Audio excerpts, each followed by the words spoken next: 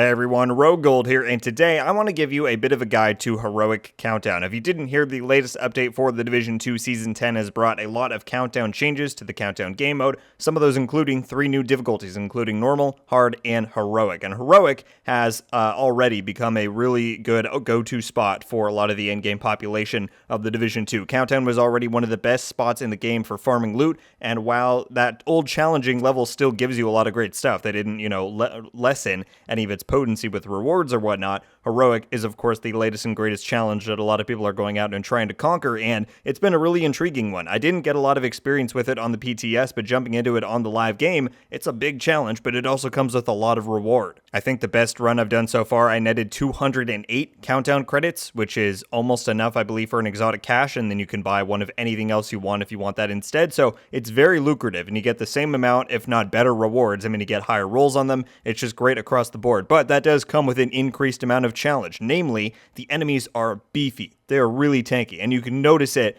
drastically compared to the challenging version. And I've already had several instances where I've done match-made versions of this new heroic difficulty, and they have not succeeded, because it's not necessarily that the enemies are so lethal that they'll put you down, but if you're not prepared enough, if you don't have the coordination and the right build, you're not going to be able to take them out fast enough to do 2 sub-objectives and the main objective before that 15-minute timer expires. So it really does take a whole new level of challenge that you have to put forward in order to conquer. So with that said, I wanted to come in today and give you all a bit of a guide on how to tackle Heroic Countdown if you've not yet done it, or you've struggled a bit, because like I said, even I myself did, and so it certainly takes some level of preparedness. The 2 main things, in my opinion, that you're going to need to effectively tackle Heroic Countdown is communication and a proper build. Now, the first one, of course, I can't help you with. You just have to hopefully be able to communicate at some level with your team or have some sort of coordination, because if you have people that are, even if you waste, 15 to 20 seconds not doing an objective as soon as you could have, that can mean the difference between completing the main objective before the 15-minute timer or not. I've had that happen several times already. So even if it was just me and my one friend in there, at least the 2 of us could coordinate, kind of talk about which points we're going to go to next, which enemies to take on, which objectives we're getting, and it just helps that much more. So that is going to help you a great deal, but additionally, your build, of course, is going to play a big part in whether or not you succeed in this new difficulty. And while, of course, there are a wide variety of builds you could use to take on this new content, as there always are with anything in this game, I wanted to give you guys a look at the build that I've been running and what I've been having success with in order to tackle Heroic Countdown to a pretty good degree. As you're seeing in the gameplay, I think it's done pretty darn well. So without further ado, I just want to give you a quick glance at my setup. So here it is. Surprise, surprise, it's a Heartbreaker build. I think a lot of you knows the majority of what goes into making a Heartbreaker build, so I'm not going to go into painstaking detail here, but I do want to point out the most important things and the highlights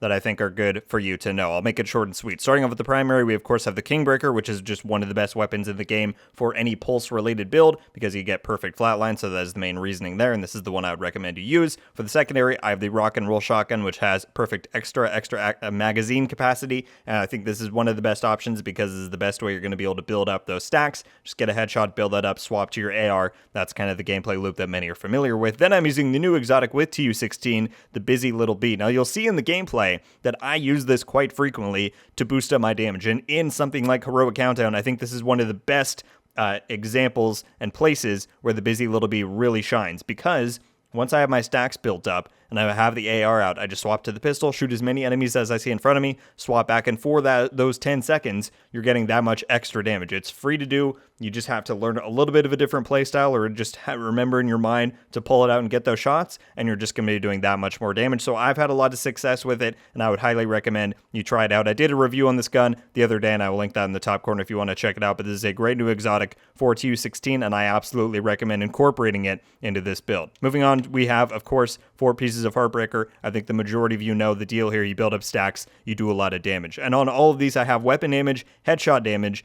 and, well, we'll talk about the mods in a minute. But the main reasoning for the headshot damage is that if you try and build crit, you're not going to be able to do that much with 4 pieces of a gear set. You don't have any attributes on the memento, and I was only getting like 35 and 70. So now we have 20 chance, 55 damage, which is not bad for not speccing into it at all, and 111% headshot damage. And I've had much more success with building headshot than I have crit. If you're somebody who has a harder time aiming and maybe you want a little bit easier in that sense, then you can certainly go crit. It's not a bad option. I just think headshot is more viable if you're going for the absolute best amount of damage possible, and that's what I'm trying to do with this build. Because it's Heroic Countdown, because the ads are so lethal, try and build as much damage as I can, and I think headshot is the way to go for that. So like I said, weapon damage and headshot damage everywhere here. We're doing 6 reds, and that's what you will see reflected on all 4 of these pieces. Then we have the memento, which again, I think the majority of you know what is good about this at this point. Once you get later into the match, once you get towards the extraction, where it's honestly one of the most hectic parts of the entire mode,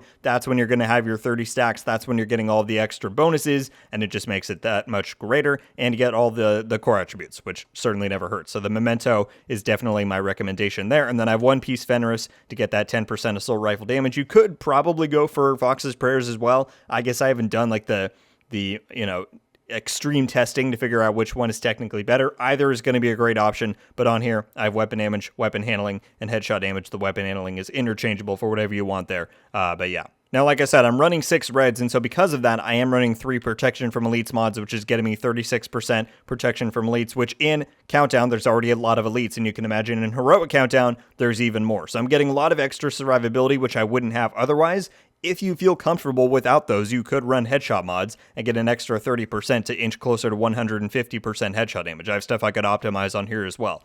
I personally tried it without, and I think I do want that extra bit of survivability, but that part of it, totally up to you. I would love to hear your thoughts on which you think is more, works out better for your playstyle, but that's what works for me. Then for the specialization and the skills, well, I guess the first one, I'll just say I have the Reviver Hive. Stuff happens. You're going to go down. I like to have this, but if you want something else, go for it. Then for the other one, I originally tried this out with Technician because that, of course, gets you the linked laser pointer that you can run on these to not have to worry about hitting headshots. But since I'm already speccing into headshot damage and I've tried this out, there's really no need for the linked laser pointer. Does it help? For sure. Are you going to miss out on a little bit of damage on stuff like dogs or mini tanks that you can't hit a headshot for? Yes, but across the board, I think it's more worthwhile to go with something else, either Gunner or Firewall. Gunner is going to get you more relevant perks and talents that are going to help out your overall playstyle. With shooting, you get armor on kill, you get ready to fire, all of that good stuff. But what Firewall does, and the main reason why I'm using it, is for the Striker Shield. As I said, I'm trying to eke out every little bit of damage I can get on this setup to be as lethal as I can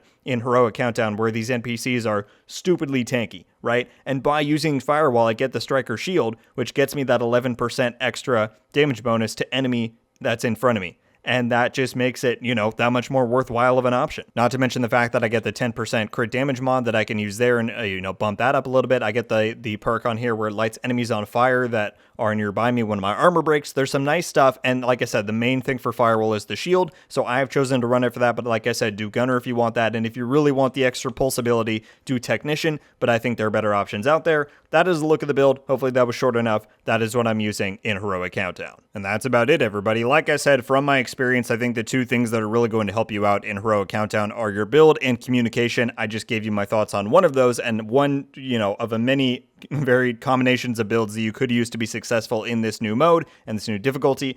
Communication, hopefully you can figure that out in some capacity. It's not, mandatory. I'm sure you're going to have runs where everybody is locked in and you're going to get it done, but this new difficulty with the extra tankiness that the ads have, it does definitely command some level of perseverance and communication from your team in order to get things done in the 15 minutes. I'm enjoying Heroic Countdown a lot. I think it's a great addition to the game. Still have some reservations about them having 4 modes. I'll be interested to see what the populations are like, 3-4 weeks down the line into Season 10. But for now, I'm having a lot of fun with it, and hopefully this guide will help you have some fun with it as well. Thank you all so much for watching. Leave a like if you enjoyed this video, and be sure to subscribe with notifications on to be updated every time I upload. Let me know your thoughts about not only Heroic Countdown, but also the build that I showed off in this video. Have you tried out the new mode and difficulty? If so, what do you think about it? What do you think about the new level of tankiness from the ads? Is it too little, too much? And what builds have you used or had success with? I'd love to hear all of your thoughts about any of that. Be sure to leave them down below. I'm going to let the rest of this play out, everybody, so you can see a little bit how I play with this build and my certain playstyle and how I've had some success with it. Hopefully that helps, but that's going to do it for me today, everybody. Once again, thank you all so much for watching. I hope you have a wonderful day, and until the next one, guys, RogueGold.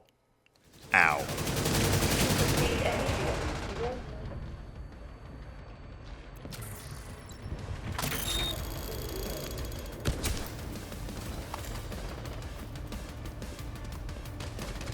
Warning, reactor unstable.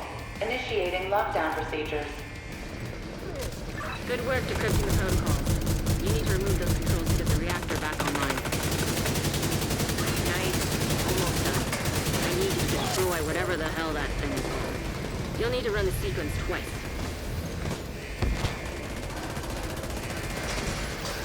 High-risk target detected.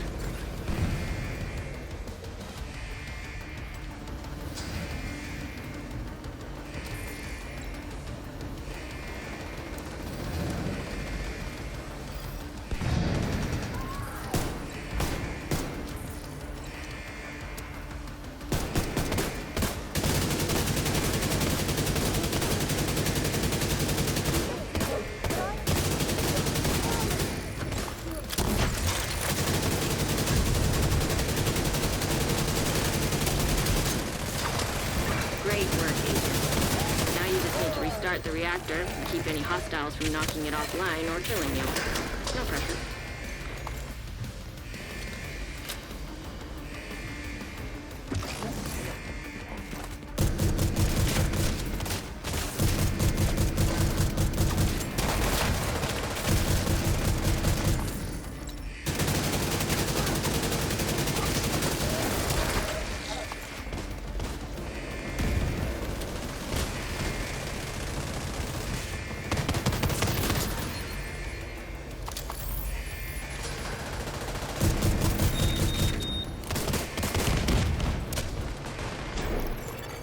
Reactor online.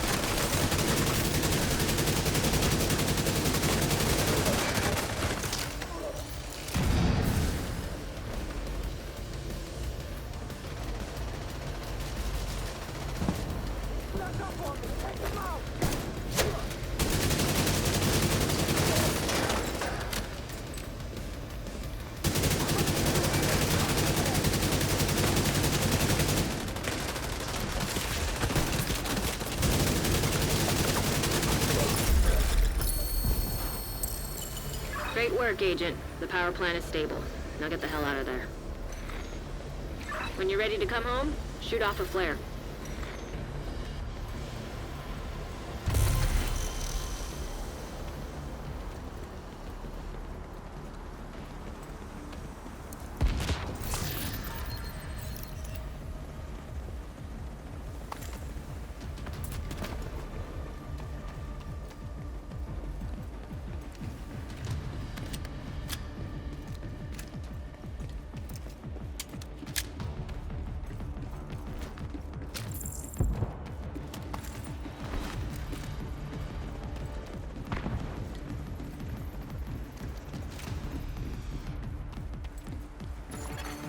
System disrupted.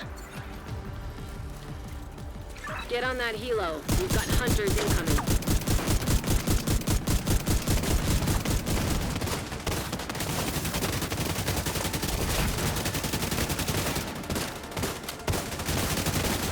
System activated.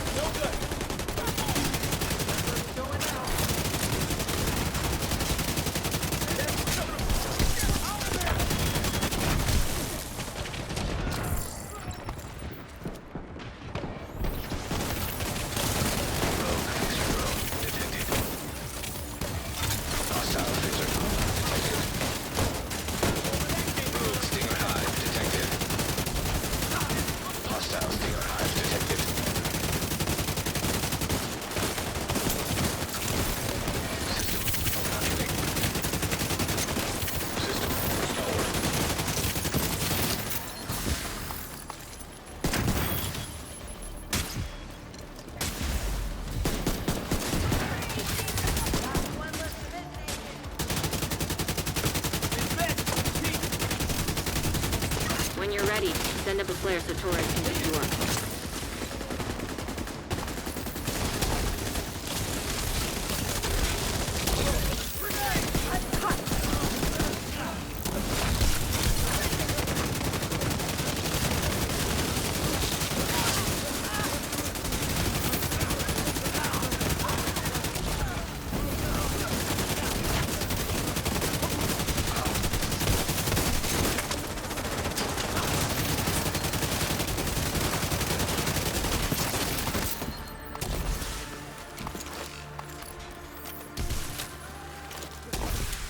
Hold tight. Helo inbound to your location.